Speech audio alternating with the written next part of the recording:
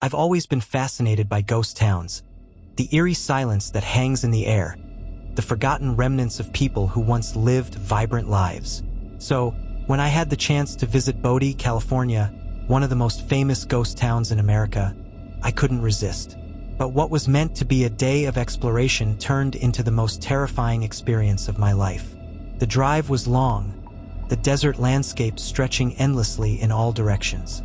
As I got closer to Bodie, the sky seemed to darken, though it was the middle of the afternoon. A creeping sense of unease settled over me, but I pushed it aside. After all, it was just an old, abandoned town. What could possibly be so frightening? When I arrived, the place looked like a snapshot from another era, perfectly preserved in its decayed glory. Wooden structures leaned precariously, the saloon's sign creaked in the wind, and dust swirled in the empty streets.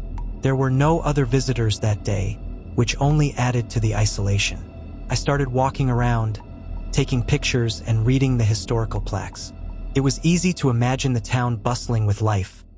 Miners, families, saloon keepers. But as I wandered, I couldn't shake the feeling that I wasn't alone. The hairs on the back of my neck stood up, and I kept glancing over my shoulder, expecting to see someone standing behind me. But there was no one. Then I entered one of the larger buildings, the old schoolhouse. Inside, rows of wooden desks were covered in a thick layer of dust, chalk scribbles still visible on the blackboard. The air felt heavy, thick with history. As I moved deeper into the room, I heard it, a faint, high-pitched giggle, like that of a child. I froze.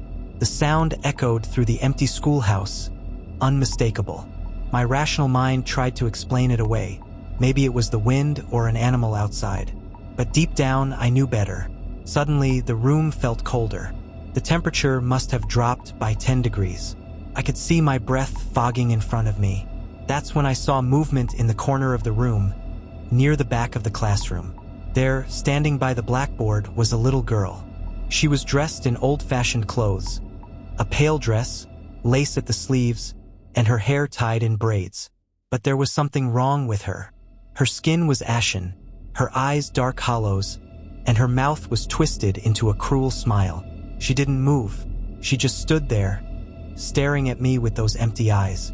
My heart pounded in my chest, and I took a step back, tripping over one of the desks. I scrambled to my feet, my breath coming in ragged gasps. But when I looked back, she was gone. I didn't waste any time. I bolted out of the schoolhouse, the sound of my own footsteps echoing in the silent streets of Bodie. I ran past the church, past the crumbling houses, desperate to get back to my car. But then I saw them, figures, dozens of them, standing in the windows of the old buildings, watching me. Their faces were pale, their eyes dark and empty like the girl's. They didn't move, didn't try to approach me. They just stood there, their ghostly forms barely visible in the dimming light. I jumped into my car, slamming the door shut and fumbling with the keys. As the engine roared to life, I looked in the rearview mirror. The girl was standing right behind the car, her hollow eyes locked on mine. I sped out of Bodie, my heart racing, the ghostly figures fading in the distance.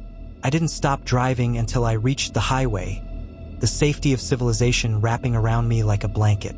I haven't been back to Bodie since. I don't talk about what happened to anyone, afraid they won't believe me. But I know what I saw.